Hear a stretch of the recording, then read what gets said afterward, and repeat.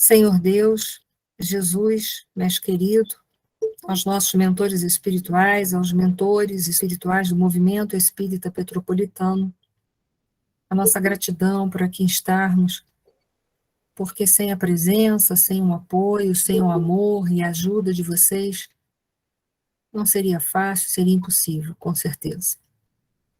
Agradecemos cada momento da nossa vida, pelas provas e expiações, por todos os conhecimentos que temos recebido da doutrina dos Espíritos, que não só esclarecem, mas nos iluminam e também nos ajudam a nos libertar dos ciclos reencarnatórios de dor.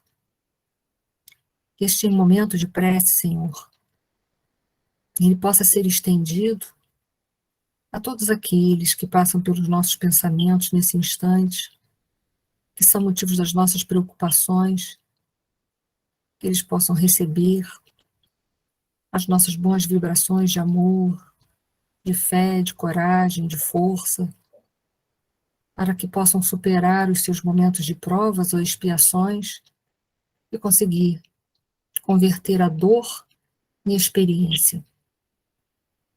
Que essa paz e esse amor que por hora já estamos sentindo e que penetra o nosso lar, a nossa alma, nossos corações, nós possamos mantê-lo hoje, agora e sempre.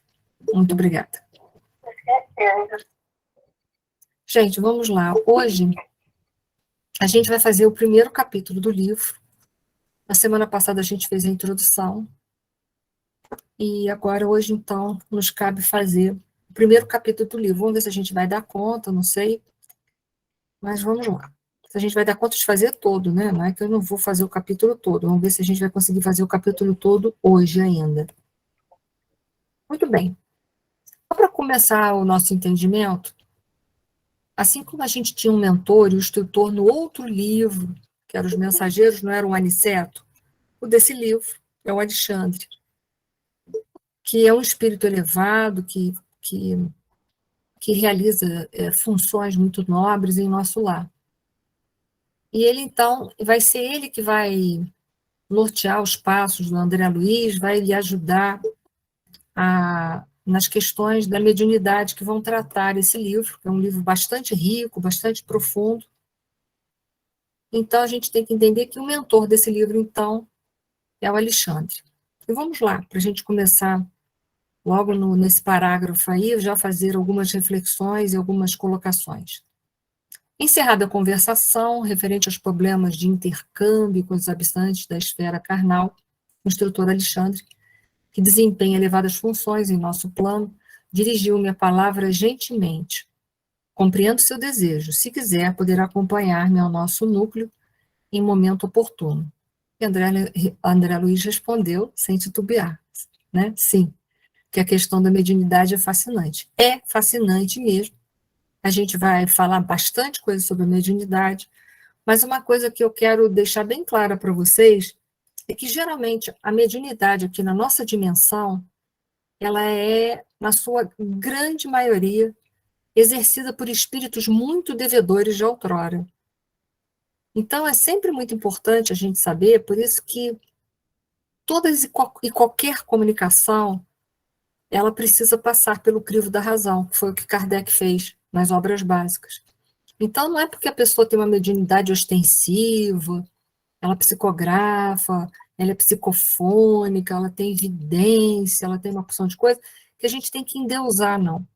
Em geral, são espíritos muito endividados, na grande maioria, e que precisam muita prece da nossa parte para que eles não derrapem na mediunidade. E toda e qualquer comunicação, não importa de quem venha, precisa passar pelo crivo da razão. Se a comunicação não passar por uma avaliação, porque ela ficar muito fora da realidade, não importa de quem seja, ela deve ser colocada à parte. Tá bom? Por isso que Kardec falou que é melhor rejeitar 9 verdades do que aceitar, do que acolher uma só mentira. Então, entendam, os médiuns não foram feitos para nós endeusarmos, mas sim para a gente orar por eles, que a maior parte deles são espíritos profundamente endividados, por isso que vieram como médiuns, com oportunidade de alavancar provas e expiações que eles levariam muitas vidas, e se não fosse pela mediunidade, eles levariam muitas vidas. Pode falar, Eduardo. Esse é o caso da Ivone Pereira, né? É o caso da Ivone Pereira, que a gente vê que foi uma grande médium, e mais do que nunca, por isso que as nossas comunicações têm que ser avaliadas mesmo. Se as dela foram, imagina se a nossa não vai ser. Então, é isso que a gente precisa pensar, tá bom? Mas é verdade, é o caso da Ivone Pereira. No livro dos médiuns, na segunda parte, capítulo 20, vai tratar da influência moral do médium. Kardec pergunta assim, sobre a questão, né? Porque se o desenvolvimento da mediunidade ele guarda relação com o desenvolvimento da moral do médium, ou seja, essa questão que eu acabei de colocar para vocês, será que quanto mais ostensiva é uma mediunidade, significa que mais o médium é evoluído moralmente? Não. Aí a resposta dos espíritos, não. A faculdade propriamente dita, ela se radica no organismo, independe do moral. O mesmo não se dá, porém, com o seu uso, que pode ser bom ou mal, conforme as qualidades do médium. Então, o que a gente precisa entender é isso. A faculdade mediúnica como a faculdade de ver, de ouvir, de falar. A gente pode usar os olhos da gente só para ficar tomando conta da vida dos outros, fazer fofoca, né, a palavra, para ficar procurando os defeitos dos outros com os olhos e depois com a palavra denegrir ela. Pode utilizar os ouvidos só para ouvir os assuntos de forma maledicente. Então, as faculdades elas podem ser usadas tanto para o bem quanto para o mal, como as nossas faculdades de ver, ouvir, falar. A mediunidade é mais uma dessas faculdades. Ela também pode ser usada para o mal, porque é a evolução do médium que vai dar a ela uma qualidade de trabalho, uma qualidade. Então, a gente precisa entender isso. O médium não é elevado porque tem uma faculdade ostensiva. Pode falar, Zezé. Se é que você me permite te chamar assim. É para chamar assim mesmo. Obrigada. A mediunidade, ela é orgânica, né? Ela é um sentido que todos nós temos. É mais um sentido. Nuns, ela é ostensiva, em outros, não. Isso. Então, porque eu faço acompanhamento com Jacobson Trovão, do estudo dos médiuns também na FEB, e ele deixa isso bem claro, que o médium ele pode receber mensagem de qualquer tipo de espírito, né? Isso. Agora, a sintonia dele, o que ele tem... Por isso que tem uma frase logo abaixo dessa aí, que você colocou, que ele diz assim, de fato, para quem lhe examine os ascendentes. Então, quer dizer, ela é uma coisa, é uma questão, ela é fascinante? Mas vamos examinar os ascendentes, né? Isso aí, concordo plenamente com você. Porque fascina mesmo a gente ver uma comunicação mediúnica, seja de que nível, de que forma for, de qual faculdade seja, se psicofônica ou psicográfica, é fascinante. Mas a gente tem que ver o ascendente, sim, tem que avaliar. E saber separar aquela que é boa e que não é boa. Né? Isso aí. Porque independe, o médium está ali, ele é um intermediário só. Às vezes, ele precisa verdadeiramente passar por aquela experiência, às vezes até de receber um espírito mistificador para trabalhar o próprio orgulho dele e egoísmo. E é por isso que a gente precisa avaliar as comunicações, porque o médium, por ser falho, ele é testado o tempo inteiro. Você é médium 24 horas por dia, né? Você não é médium só naquele momento, você é o dia todo. É o dia inteiro. A gente não tem um botãozinho que fala assim, aqui desliga a minha mediunidade. Não existe isso. A mediunidade ela está ligada 24 horas. Mas foi muito bom a sua colocação, para a gente parar de endeusar, né? A gente fica endeusando os médios, mas eles, em geral, são espíritos muito devedores. Né? Então, é por isso que ali, né, ela até colocou, o André Luiz coloca né, o Alexandre, de fato, para quem examine os ascendentes morais. Né? A faculdade ele é muito interessante, mas, de fato, para quem examine os ascendentes morais. A gente tem que estar sempre avaliando. porque os falsos cristos e os falsos profetas estão em todos os lugares, né? Então, a gente precisa avaliar, porque nós somos falhos. A grande maioria de nós é composta de médios na categoria de espíritos imperfeitos. Então, a mediunidade é uma faculdade que precisa ser avaliada. Eni, Oi? somos os médiums de resgate, né? São médiuns de provas e expiações. E a maioria que estão aqui reencarnados e trabalhando é desse tipo. Sim, mas também temos os médiums missionários, né? Uhum. Como o Chico Xavier, né? Exato. Temos, sim. Mas a grande maioria de nós não é médium de resgate, né? É resgate. Então, por isso que a gente tem que estar sempre avaliando bem. Nada de ficar endeusando. Nada. Ser frio calculista, avaliar a comunicação e pronto, acabou. Não passou, não passou. Não importa de onde veio. Não passa.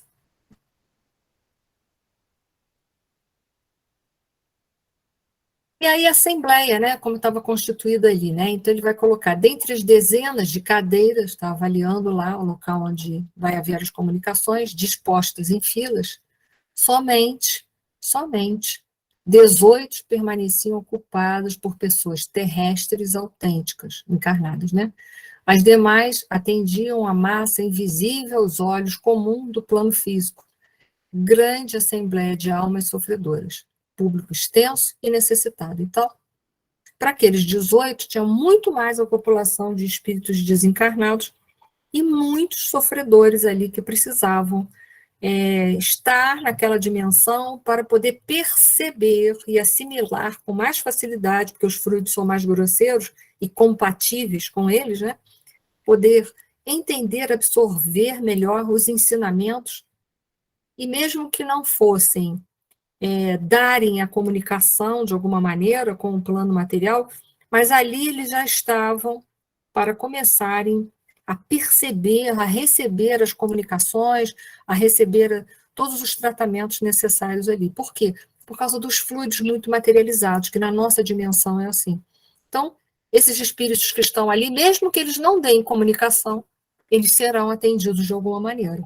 Então, é importante a gente já falou isso no outro livro, que quando a gente está lá na reunião pública, que não é uma reunião específica para a faculdade, para ter fenômenos mediúnicos, mas quando a gente está lá na reunião pública, muitos espíritos sofredores, a gente viu no outro livro, são levados para poderem captar melhor, por estarem mais próximos da dimensão terrestre, por eles guardarem mais afinidade com aqueles fluidos mais materiais, mais grosseiros, eles conseguem receber melhor a impressão das palavras, das emoções, de todas aquelas sensações que eles precisam para poderem sentir melhor o consolo que eles precisam receber. E por isso que a gente tem que estar sempre numa atitude de respeito, de amor, de auxílio, coração aberto, mente harmonizada para poder ajudar. E não servir de mais um elemento sofredor em desequilíbrio. E aí, o André Luiz observou fios luminosos que faziam a demarcação do ambiente de trabalho e de proteção. Isso tem em toda a casa espírita, em qualquer trabalho mediúnico, até mesmo, às vezes, o trabalho relacionado a... Como é que se fala? A reunião pública, às vezes são levados determinados espíritos que precisam ouvir a palestra, precisam estar ali. Existe sempre esse nível de proteção. Tá? Toda casa espírita tem uma proteção muito grande. Por isso que Jesus disse, onde estiverem 2 ou 3 reunidos em meu nome, aí eu estarei. Estará no sentido da proteção, estará no sentido de dar o auxílio. Né? E aí diz assim, reparei que fios luminosos dividiam os assistentes da região espiritual e turmas diferentes. Então, fazia-se uma corrente de vibração, né? Esses fios luminosos eram demarcadores vibracionais. Interessante, né? Cada grupo exibia características próprias. Por quê? Porque cada grupo de espíritos que foram levados ali necessitavam de uma determinada coisa. Então, esses fios luminosos demarcavam vibrações e necessidades diferentes daqueles espíritos que estavam ali. Natural, para que não houvesse uma perturbação de um para outro, e, ao mesmo tempo, deles para a nossa dimensão material. E vice-versa, né? Da nossa dimensão material para eles, porque a gente também promove desarmonia numa reunião dessa. Imagina um médium vai trabalhar com a cabeça lá envolvida em um monte de coisas, menos no trabalho que ele vai executar. Ele também perturba o trabalho. Então, entenda, não é só de lá para cá que perturba. A gente reclama muito dos espíritos obsessores, mas a gente, às vezes, também perturba muito os trabalhos de uma casa, né? Em torno das zonas de acesso, postavam-se corpos de guarda e compreendi, pelo vozerio do exterior, que também ali a entrada dos desencarnados obedecia a controle significativo. Ou seja, naquela casa espírita, como em qualquer outra, tem também os trabalhadores espirituais, os espíritos, que fazem toda uma corrente de proteção que vai em diversos níveis, de dentro da casa e por lá de fora da casa, não permitindo que determinados espíritos zombeteiros possam perturbar os trabalhos que estão sendo executados, e até mesmo pseudo-sábios. Então, eles faziam essas zonas de proteção com esses fios luminosos, e também os próprios espíritos, né, que ali estavam desencarnados em tarefa, eles mesmos, com seus próprios corpos espirituais ali presentes, eles evitavam a entrada de determinadas entidades que pudessem desarmonizar aquela reunião. Essa reunião a que André Luiz está falando especificamente é uma reunião mediúnica, não é uma reunião pública mais. Mas mesmo na nossa reunião pública existe também toda essa corrente protetora. Mas ali especificamente era uma reunião mediúnica. Então, para que esse agrupamento espírita, que estava trabalhando hoje especificamente com a mediunidade ostensiva, uma reunião privativa, ela não fosse perturbada por espíritos que não desejam nada de interessante, nada de bom, eles só querem verdadeiramente perturbar todo o trabalho. Então, ali, André Luiz traz essa observação para todos nós, que a espiritualidade procura fazer uma corrente protetora, mostrando para a gente também que a gente deveria estar colaborando com isso durante o trabalho.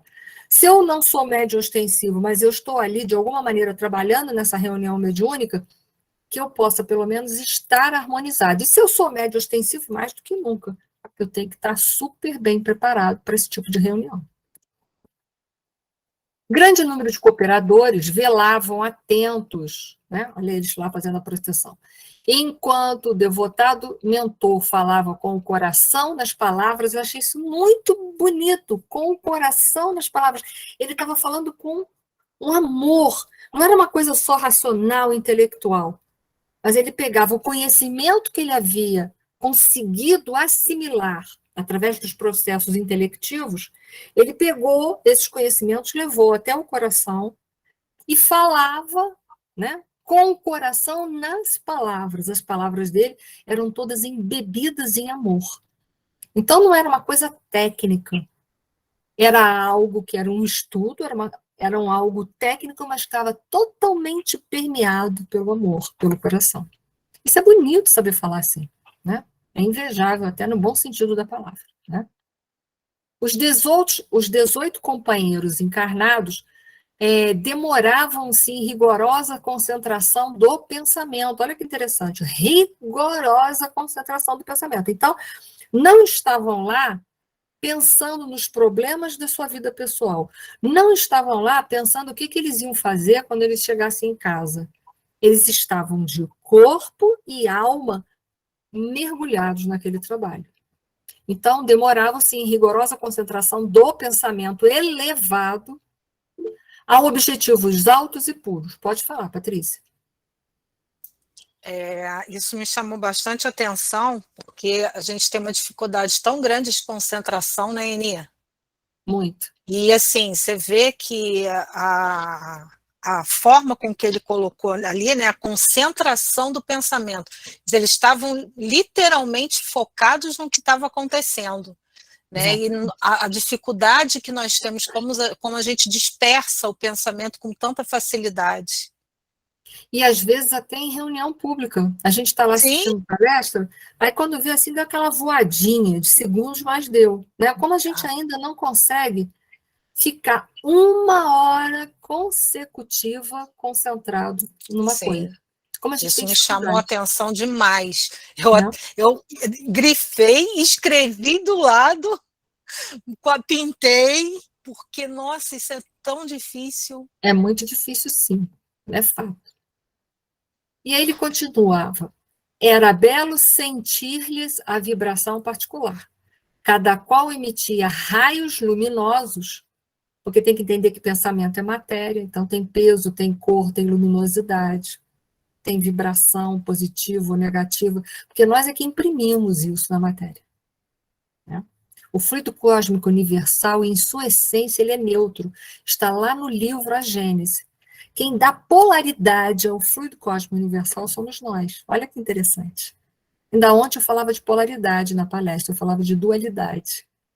Nós estamos sempre polarizando as coisas, dando ou polarização positiva ou negativa, no entendimento que só o bem existe e o mal não existe. Mas nós polarizamos nos fluidos características do bem ou características do mal. Olha a nossa responsabilidade quando a gente pensa. Oi? Por isso nós né, é dito que somos co-criadores. É isso que está lá no livro. A gente consegue manipular o fluido cósmico universal através dos nossos pensamentos. Pensamento e vontade são as duas forças que vão falar no livro A Gênese e vai estar em ressonância no livro Evolução em Dois Mundos, primeiro capítulo.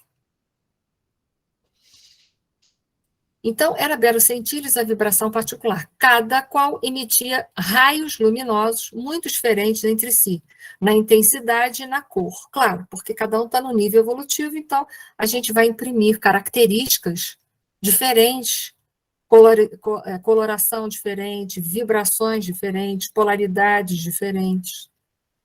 Esses raios confundiam-se a distância aproximada de 60 centímetros. Olha que beleza, né? Dos corpos físicos e estabeleciam uma corrente de força. Então, esses raios faziam elos de correntes. Olha que interessante. Né? Ele expandia 60 centímetros, encontrava com outro e fazia o quê? Elos fortes. Por isso que é a importância da concentração, para que a gente não quebre uma corrente, nem elétrica e nem a corrente material, para a gente entender. Tá? Estou dando uma metáfora. Estou falando da corrente física como uma metáfora de corrente elétrica. Tá? Estou usando a metáfora da corrente física para explicar uma corrente elétrica, para a gente entender. Então, aproximada de 60 centímetros dos corpos físicos, e estabelecia uma corrente de forças bastante diversa das energias de nossa esfera. Claro, porque a nossa energia é uma energia ainda muito material, a gente está encarnado, né? Então, é uma força bem diferente, mas uma força que estava coesa. Imagina se um ali, naquele instante, desvia o pensamento, esse elo, né? Estou falando novamente metaforicamente, esse elo físico se desfaz, e aí a corrente elétrica não acontece, não se fecha. Faz uma brecha, um hiato ali. Aí a responsabilidade do médium numa reunião pública, numa reunião mediúnica, sem sombra de dúvida. Porque eu posso fazer uma brecha, e ali naquela brecha pode entrar um espírito que vai perturbar todo um trabalho que está sendo realizado. E aí eu só peguei o mecanismo da mediunidade, tá vendo? Vez por outra eu vou lá buscar.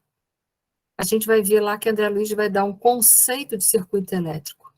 Indica o conceito de circuito elétrico, a extensão do condutor em que se movimenta uma corrente elétrica. A corrente elétrica sempre se movimenta do potencial maior para o menor.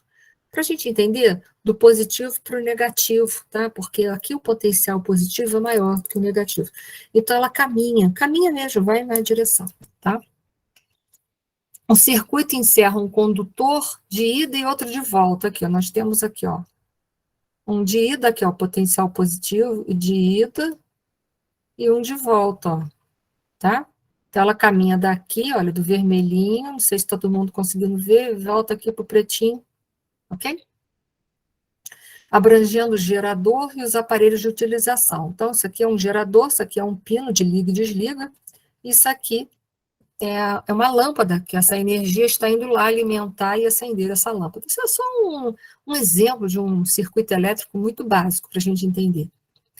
Para a execução de semelhantes atividades, as máquinas respectivas guardam consigo recursos especiais em circuitos elementares, como seios de geração e manobra de proteção e medida. Então, dentro de uma reunião mediúnica tem tudo isso, tem aqueles que vão gerar força, então está ali os médiuns, exemplificando a corrente de força que os pensamentos deles focados faziam, e se a corrente de força deles, né? Sem contar a corrente de força elétrica que está sendo envolvida também, está sendo produzida pela espiritualidade. E a finalidade aqui não é acender a luz numa corrente produzida numa reunião mediúnica, é o quê? Elevar ou energia em forma de consolo para aqueles espíritos, ou produzir o próprio fenômeno mediúnico, no caso ali, a psicofonia, que vai acontecer ali à noite, tá? Não sei se eu, mais ou menos, me fiz entender. A verdade, esse plugin aqui, ó, ele se liga, quem liga é a espiritualidade, que vai dizer se a psicofonia vai ocorrer ou não, porque eles é que decidem se vai levar os espíritos, se aquela reunião vai ter manifestação de espíritos ou não. Isso é um exemplo, não sei se eu estou me fazendo entender. Então, vamos imaginar que a pilhazinha é o médium que está produzindo essas forças. Aqui, a espiritualidade que vai controlar se o fenômeno vai acontecer ou não. E qual é o fenômeno do capítulo hoje em questão? É a psicografia. E aí, a luzinha aqui, a gente vai colocar a psicografia acontecendo. Foi para vocês uma linguagem? Tá vendo? Aí, de vez em quando, eu pego um pouquinho de mecanismos da mediunidade. A gente pode até nem estudar, mas de vez em quando eu pesco um pedacinho de lá. Tá vendo? Eu também estou alinhavando vocês, para vocês declinarem. Corrente do pensamento, né? André Luiz, no mesmo capítulo, ele vai falar, sendo o pensamento força sutil e inexaurível do espírito, podemos categorizá-lo assim, a conta de corrente viva e exteriorizante, com faculdade de autoexcitação e autoplastização. O que é autoplastização? Quando a gente pensa, a gente plasma alguma coisa, a gente faz uma forma de pensamento. Então, vamos supor que eu pense continuamente, um exemplo, tá? Que eu esteja pensando continuamente numa flor. Eu posso plasmar essa flor até ao meu redor. Como se eu pensar continuamente pensamentos distoantes, como raiva, tristeza, amargura, eu vou plasmar essas coisas no meu campo, na minha psicosfera, e vou adoecer. Então, um exemplo. A Valéria está perguntando assim, quais os métodos que podemos utilizar para sentir menos durante o dia as influências dos irmãos que serão atendidos na reunião mediúnica? Essa é a pergunta de consumo e a resposta que é esperada por todos os médiuns. Nós, na categoria de médiuns, de provas e expiações, a gente vem com uma faculdade mediúnica que a gente foi preparado lá na espiritualidade, recebeu uma série de conhecimentos na espiritualidade, mas vem botar em prática aqui. Então, olha só, eu vou te responder com um exemplo. Olha só, quando a gente vai fazer aula para tirar a carteira de motorista, a gente recebe toda a teoria lá numa sala de aula, para quem já fez, não sei se todos aqui dirigem ou já dirigiram. Só que depois que a gente recebe todas aquelas informações e coisa e tal, a gente vai, então, um dia pegar um carro. O instrutor também vai explicar tudo para que serve, onde é a embreagem, onde é o freio, onde é o acelerador, como é que faz para passar a marcha, como é que faz para ligar o carro, aquelas coisas todas. Só que uma coisa é teoria, outra é prática. A gente recebeu toda a teoria, está tudo aqui, a gente entendeu tudo, agora vai botar em prática. Aí a gente liga o carro, esquece de pisar na embreagem, o carro dá aquela enforcada e desliga, né, assim? Ou então a gente depois consegue sair com o carro, mas ainda sai assim, todo sacudindo com o carro, porque não sabe controlar muito o pé na embreagem, né? Ainda não consegue deslizar o pé direitinho, ou de repente freia o carro bruscamente, esquece de pisar na embreagem, o carro dá aquela sacudida e desliga o motor. No entanto, a gente tem toda a teoria na cabeça, porém, na hora da prática, a gente se embanana com tantas informações. E aí, isso que vai à tua pergunta, como é que a gente faz, como é médium extensivo, para a gente não sentir as influências dos irmãos que vão ser atendidos, ou vão ser apresentados, ou vão ser, né, esclarecidos durante a noite, que vão ser nós que vamos ou dar a passividade através da psicofonia, ou vai fazer a psicografia. Com o tempo, muita disciplina. É muita disciplina. Como é que se aprende isso todos os dias? A partir do momento em que a gente vai disciplinando o pensamento, vai disciplinando as emoções, essas sensações desagradáveis, elas vão ficando cada vez mais à margem. Então, essa era a resposta que talvez nenhum médico gostaria de ouvir, mas infelizmente é a resposta. Eni? Sim, pode falar. Sou Jocely, irmã da Mirza. Tudo bem? Prazer. Prazer. Obrigada, prazer. Seja então, bem-vindo. muito obrigada, Eni. É uma colocação assim, muito particular, muito minha, que acredito também que a gente tem essa vigilância para o serviço da mediunidade na reunião mediúnica, que aparentemente é no final do dia, ou para nos prepararmos para essa reunião, é a vigilância realmente de pensamentos, a observância da alimentação e, principalmente, o contínuo estudo da doutrina, porque isso não para nunca.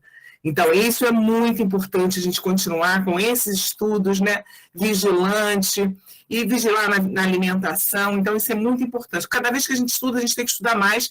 Isso é muito... Eu tenho, assim, com essa experiência, que eu preciso estudar sempre. Estudar e praticar, que essa é a nossa lei, né? É a caridade, né? Então, esse também é um bom conselho para a gente também se centrar para se preparar para uma reunião. Obrigada. Não sei se... Muito obrigada pela sua colocação, foi perfeita, concordo plenamente com você.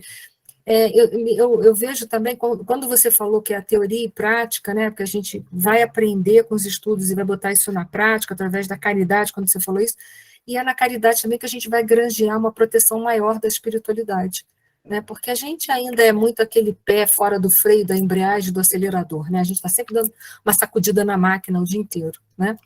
Então, eles sabem das nossas dificuldades. Então, a gente está orando, concordo com você, tem que ter oração, tem que ter muita vigilância de pensamentos, alimentação, também concordo plenamente com você, porque não é possível eu querer chegar numa reunião mediúnica, ter me empanturrado com uma comida grosseira, e às vezes até envolvendo alcoólicos, que é o pior de tudo, né? E achar que com isso eu vou chegar lá bem, que eu não vou sentir nada, né? Eu concordo plenamente com você. Então, e fora a misericórdia de Deus, que ajuda muito aos médiuns que estão em provas e expiações, que têm a mediunidade, provas e expiações. Porque se a gente faz muita caridade, a gente granjeia tanta proteção, né? Para ajudar a gente, porque eu acho assim, a gente, pela gente mesmo, né? Por nós mesmos, mesmo que a gente tente ter todo esse contexto, a gente sozinho é difícil para a gente, né? Não sei se você concorda comigo, mas eu vejo por mim, a gente sozinho é muito difícil. Se não fosse a misericórdia de Deus e da espiritualidade, nossa, a gente não ia conseguir vencer, não. Ia ser muito difícil, né? Pode falar, Patrícia, você levantou a mão. Sobre essa questão, né, da mediunidade, que foi falado até da Ivone Pereira, né? Sim. Porque a Ivone Pereira, ela não era uma missionária, né? Ela se tornou pelo comportamento dela, mas essa não era uma missão, era uma expiação, né? Por tudo que ela tinha vivido no seu passado, por tudo que aconteceu, era uma expiação, e ela saiu vitoriosa dessa expiação, né?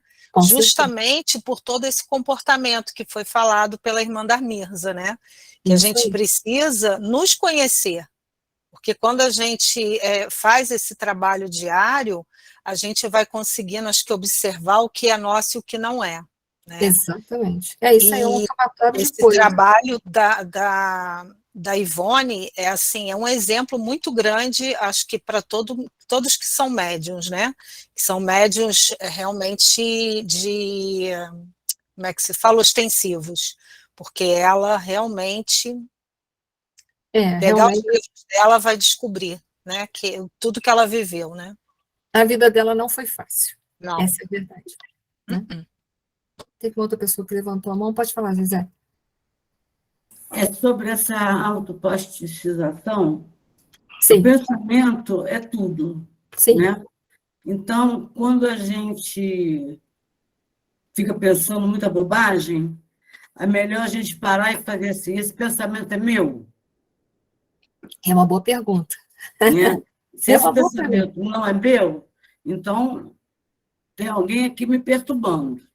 Né? Esse pensamento é bom? Outra pergunta. Não, não é bom. Então, vamos rezar, vamos entrar em oração. Concordo plenamente com você. É o trabalho de vigia. Isso que você está falando é o trabalho de vigia. Está ali para vigiar a gente, não é os outros. Exatamente. Por que eu estou sentindo isso? É meu ou não é? Eu não quero saber o que o outro está pensando, não. Eu quero saber o que eu estou pensando. Exatamente. Então, eu faço isso direto. Esse pensamento é meu. Claro que eu não sou santa, né? Eu escorrego. Mas eu tento fazer sempre isso. O pensamento é meu? Não, não é meu. Então, vamos mudar. Vamos mudar o canal. Né? E esse pensamento, por exemplo, a mediunidade está tão relacionada ao pensamento que os espíritos eles não sabem a palavra. Eles não precisam da palavra. O que a gente pensa, eles captam. Então, por exemplo, um inglês desencarna, é um espírito inglês. Aí eu estou pensando em mesa, eu não preciso saber o que é table. Eu penso em mesa, eles vão visualizar o que eu estou pensando. Então, eles vão conseguir me entender. É isso aí. É uma linguagem simbólica. É a ligação que eu faço pelo pensamento. É isso aí. Por isso que, muitas vezes, é difícil, não é fácil, não, para o espírito se manifestar em outra linguagem e psicografar. É difícil. Você tem que trazer na tua bagagem aquela linguagem, porque, senão... Não é impossível, mas se torna mais complicada. Sim, é mais difícil. É mais difícil. Mas porque eles pensam na palavra, então, pela psicofonia fica mais fácil. É tudo simbólico, é tudo simbolismo. É simbólico, linguagem simbólica, isso aí. A Regina está aqui no chat lembrando que Ivone Pereira foi suicida em muitas outras vidas, né? Os livros dela retratam isso, né? Vamos dar... Ela cometeu suicídio 3 vezes. Isso aí. Vamos dar sequência ali um pouquinho em mecanismo da mediunidade, a gente entendeu a corrente e tudo mais. Então, agora a gente vai falar um pouquinho dos geradores. A feição de gerador shunt, eu vou explicar o que é isso. Se a mente jaz desatenciosa, com que mantendo o cérebro em circuito aberto, né? O que é a mente desatenciosa? Ela não está aqui no agora, ela está vagando, hora está lá, hora está cá, menos aqui. Né? Forma-se no mundo intracraniano reduzida força mento-criativo, ou seja, pouca força vai ser gerada ali, mental, tanto da mente, né? A mente está ali totalmente conectada ao cérebro, tem que entender isso. Para nós espíritas, a mente não está no cérebro, é importante entender isso. O cérebro é apenas um instrumento que vai permitir a exteriorização daquilo que se passa na mente, ele é um instrumento. Então, ele fala assim, forma-se no mundo intracraniano, que está dentro da caixa craniana, onde está o cérebro, né? Reduzida força mento-criativa, que não determina qualquer corrente circulante no campo individual. Ou seja, você está vagando, na hora que você está aqui, está ali, você não fecha corrente nenhuma. Você está com o pensamento vagando, né? Então, você não consegue fazer um campo de força, que não determina qualquer corrente circulante no campo individual. Mas se a mente está concentrada, fazendo convergir sobre si mesma as próprias oscilações, a força mento-criativa geradora produz uma corrente no campo da personalidade, que, a seu turno, provoca a formação de energia mental de sentido análogo, àquele em que se exprime o magnetismo de resíduo dilatando o fluxo até que a força aludida atinja o seu valor máximo, de acordo com a resistência do campo que nos referimos. Então, vamos lá. Explicação. O que é um gerador shunt? Né? Tipo de circuito no qual uma bobina, né, vamos supor, ali a gente tinha uma pilha, agora a gente vai ter uma bobina. Corretamente instalada, aumenta a corrente do gerador. E instalada de forma errada, diminui a corrente do gerador. É uma analogia do papel da concentração do médium durante a comunicação, segundo o articulista. Ou seja, você está lá numa reunião, eu vou voltar uns slides para trás, só para a gente lembrar, aqui eu tenho um gerador de forças, não tem? O shunt, ele ficaria por aqui. Então, você tem um gerador de forças, né? E você está lá, você vai ter um shunt, que é uma bobina, para vocês entenderem. Enfim, o que vai acontecer? Essa bobina, ela vai aumentar aquela energia que está sendo produzida ali. Mas pelo quê? Pela concentração nossa durante os trabalhos. Então, vamos lá, eu tenho a carga da espiritualidade, tenho todos os trabalhos, todas as mentes ali estão gerando forças, e naquele instante, se todas as mentes elas estão convergindo para um só ponto, é esse shunt, essa bobina, que vai fazer com que aumente o potencial de força cada vez maior que está sendo produzido ali. Então, se a gente dispersa com o nosso pensamento naquele instante, uma única pessoa dispersa, esse gerador de forças não acontece, e aí a energia da reunião cai. E quando a energia da reunião cai, é aquilo que eu falei para vocês, vai haver um hiato nessa reunião, e aí vai essa corrente de forças que está ali fazendo o trabalho, que ao mesmo tempo é uma corrente de forças que está promovendo um campo que está sendo um campo protetor também de qualquer invasão de um elemento externo para essa reunião, ou para esse campo de força onde está sendo realizado o trabalho, que no caso é a mesa mediúnica. Quando eu estou ali empenhada no trabalho, eu estou ajudando a comunicação e, ao mesmo tempo, essa geração de forças está fazendo um campo que vai gerar ali ao redor uma proteção muito grande para que não haja interferência de espíritos terceiros. Então, imagina se eu, naquele instante, eu dou uma distraída e começo a pensar em outra coisa. A reunião simplesmente pode ser desmanchada, ela pode ficar desprotegida e acabar. Então, olha a responsabilidade de quem participa de uma reunião mediúnica. Isso tudo está sendo vivido ali naquela reunião mediúnica que ainda vai acontecer a psicografia. Bom, aí ele vai explicar. Essa corrente não se limitava, essa corrente, esse fio que o André Luiz estava lá vendo, que delimitava os grupos de espíritos que tinham sido trazidos e, ao mesmo tempo, fazia uma proteção. Essa corrente não se limitava ao circuito movimentado. Em certo ponto, despejava elementos vitais, os elementos vitais são nossos, que são doados, à maneira de fonte miraculosa, com origem nos corações e nos cérebros humanos. Por quê? Porque nós temos fluido vital. Então, a gente estava com o nosso fluido sendo ali naquele instante, né? Estavam sendo doados para aquela reunião ali. Esse fluido é um fluido grosseiro, mas que a gente vai entender para que serve. As energias dos encarnados casavam-se aos fluidos vigorosos dos trabalhadores de nosso plano de ação, né? Olha aí o shunt potencializando, congregados em vasto número, formando precioso armazém de benefícios para os infelizes extremamente apegados ainda a sensações fisiológicas. Então, os fluidos que nós estamos doando, que é o fluido vital, né? Os fluidos vitais que nós estamos doando, conjugado com as energias dos desencarnados que estão trabalhando ali, formavam, naquele instante, né? Com todo aqueles trabalhadores do plano invisível, formavam um campo precioso para receber os desencarnados que ali estavam e ajudá-los para que eles pudessem perceber melhor a ajuda que eles iriam receber do mundo espiritual. Pode falar. Então, Enir, com relação a isso, para quem já leu, né, Memórias do Suicida, ela cita num capítulo exatamente sobre isso, porque a maioria deles, eles faziam reuniões no plano espiritual. E no plano espiritual mesmo, eles conseguiam falar, porque tem uma tela, né, eles viam o passado e tal. Agora, tinham outros, que a grande maioria, não, todos suicidas que estavam lá, que precisavam desse choque anímico. Eles precisavam, eles foram trazidos por um centro espírita aqui no Brasil, para que eles tivessem essa reunião, né? Foram trazidos, separados, vieram numa gaiola, é um capítulo bem, o livro todo é muito pesado, né? Uhum. Mas eles vieram escoltados, né? e eles precisavam ter esse contato com os médios do plano do físico para poder se ver quando houve o desencarne, como é que eles se mataram. É necessário mesmo, muito necessário esse encontro, esse choque, né? Acho que é um choque mesmo, né?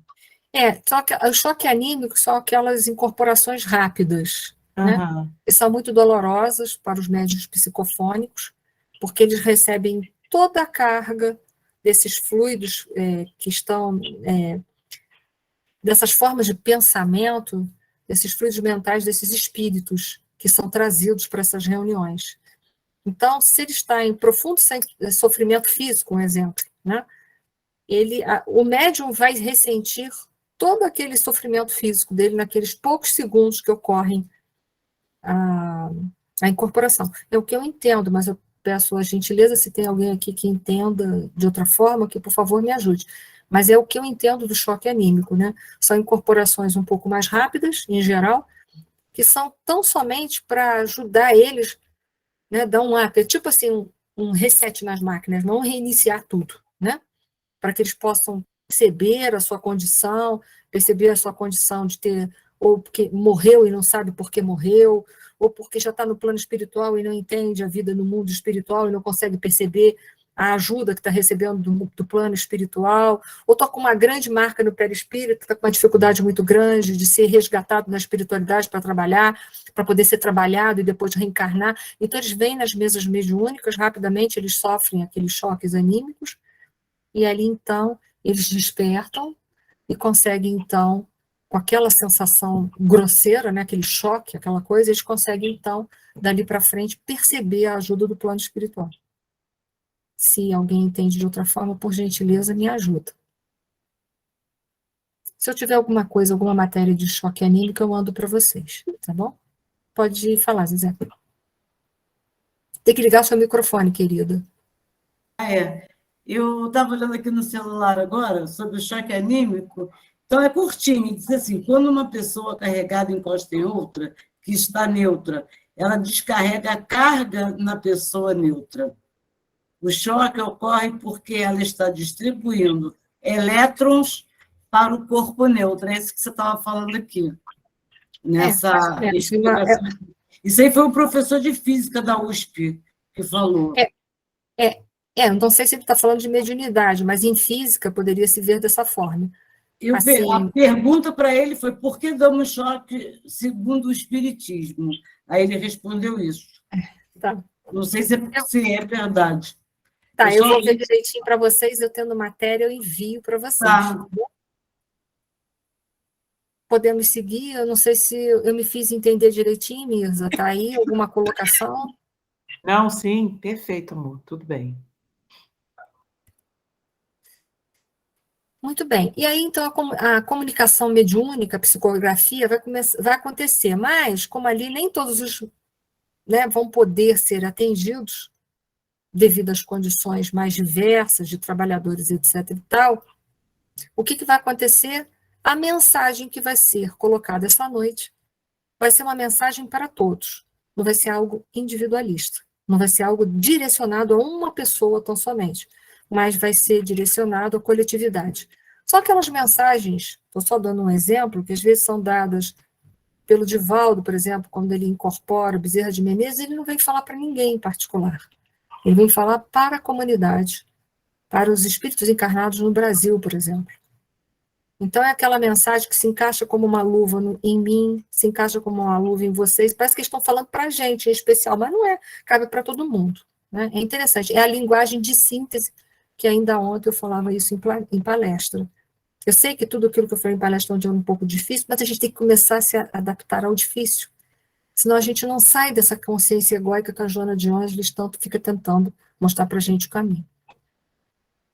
Então ele coloca assim, temos 6 comunicantes prováveis, mas na presente reunião apenas compareceu um médium em condições de atender. Nem todos os trabalhadores estavam preparados. Que triste, né? Mas é assim, mas segue, né? A gente trabalha com o que tem. Desde já, portanto, somos obrigados a considerar que o grupo de aprendizes e obreiros terrestres somente receberá o que se relacione com o interesse coletivo. não há possibilidade para qualquer serviço extraordinário. Então, é assim que acontece. A espiritualidade também se vira. Neste momento, o médium, para ser fiel ao mandato superior, né, que no caso é a mediunidade, necessita clareza e serenidade. Às vezes, duas coisas difíceis na nossa vida, clareza e serenidade. Como um espelho cristalino de um lago. Né? Aquele espelho cristalino do lago, ele está o quê? Sereno, por isso que ele se permite ser um espelho, né? E as águas estão claras, por isso elas podem refletir. Se elas estiverem assim, turvas, elas não refletiam a luz, elas não seriam capazes de refletir brilho nenhum. Interessante, né? Como é que está o nosso lago interior? E como é que está o nosso lago? As águas estão revoltas ou estão serenas? É interessante ali, a figura de linguagem que ele usa ali, né? Para falar o nosso estado mental. De outro modo, as ondas de inquietude perturbariam as projeções de nossa espiritualidade sobre a materialidade terrena, como as águas revoltas não refletem as imagens sublimes do céu e da natureza ambiente. E ainda falando do equilíbrio da e a mediunidade, é um espírito que deve ser tão livre quanto o nosso e que, a fim de se prestar ao intercâmbio desejado, precisa renunciar a si mesmo, ou seja, o médium ele precisa renunciar a si mesmo. Então ele fala, precisa renunciar a si mesmo com abnegação e humildade. Primeiros fatores na obtenção de acesso à permuta com as regiões elevadas. Então, por isso que ser médium não é moleza. Porque renunciar a si mesmo, a gente abrir mão do nosso ego, do nosso eu menor, é uma dificuldade muito grande. Se desapegar de si próprio é uma dificuldade muito grande. A gente vem fazendo isso pelas beiradas, até conseguir um dia se desvencilhar dessa consciência egóica, dos nossos conceitos tão arraigados que a personalidade ainda fala muito maior do que a individualidade.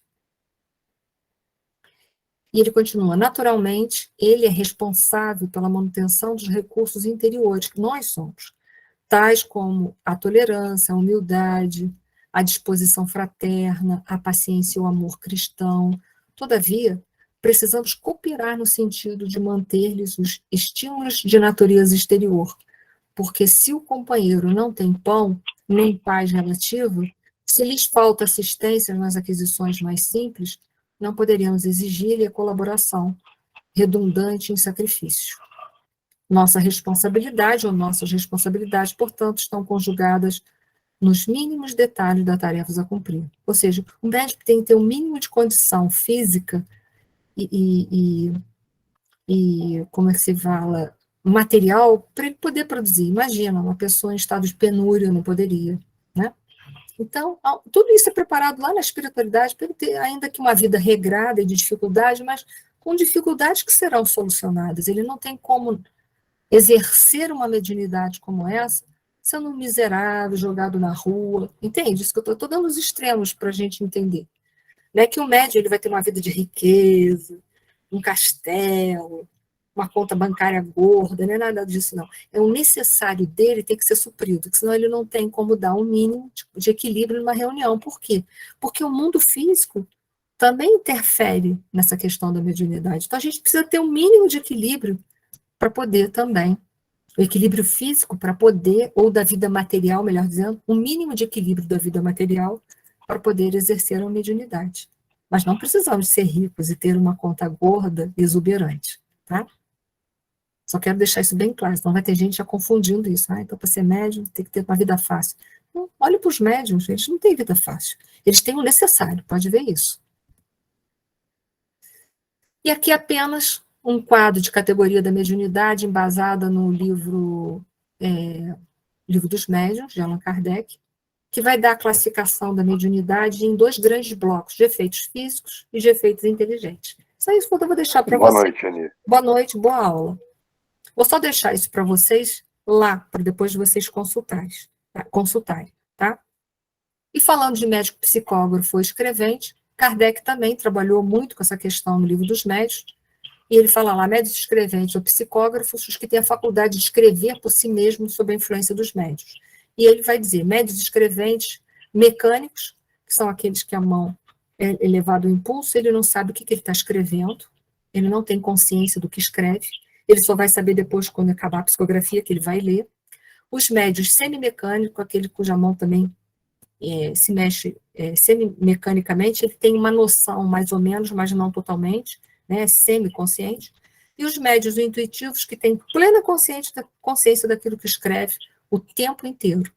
Então, ele está falando apenas de graus de transe mediúnicos, inconsciente, semiconsciente e consciente plenamente, tá? Deixo isso para vocês, já para a gente ir se familiarizando com as obras básicas.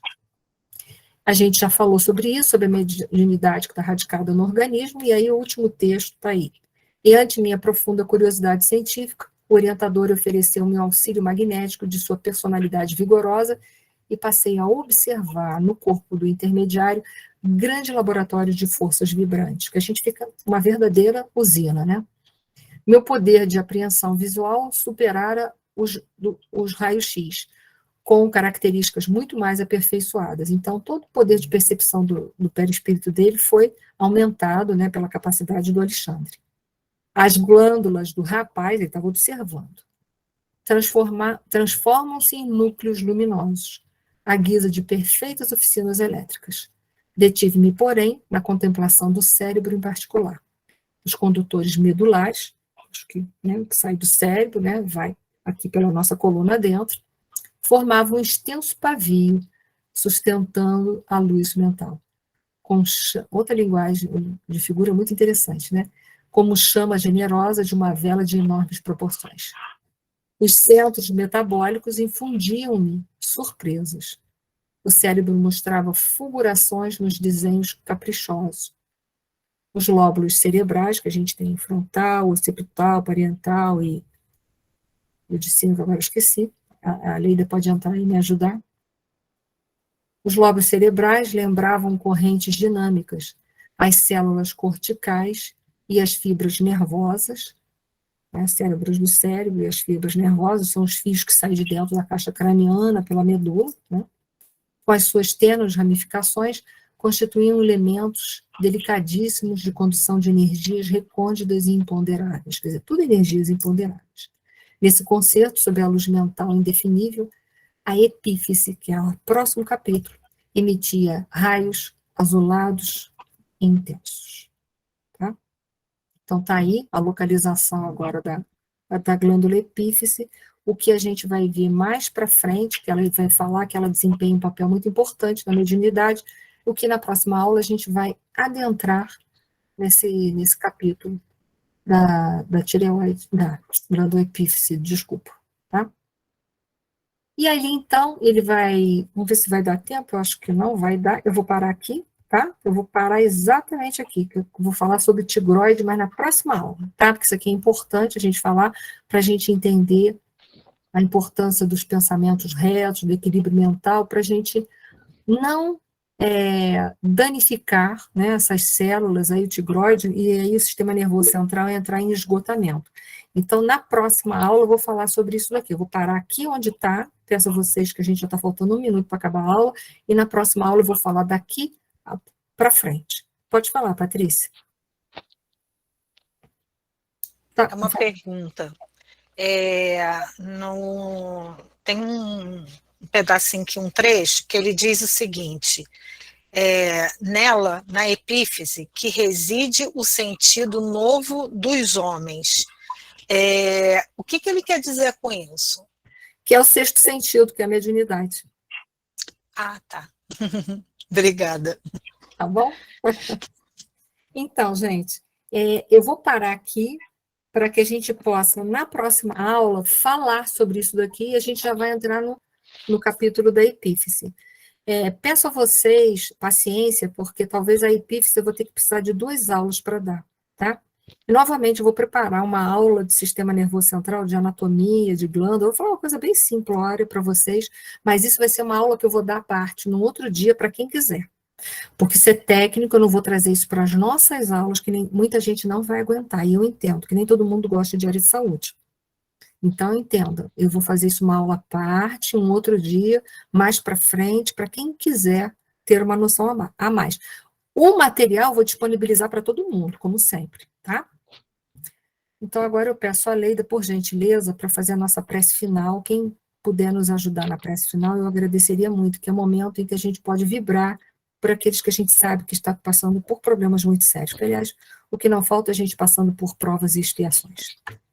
Então, por gentileza, peço a Leida que faça a prece.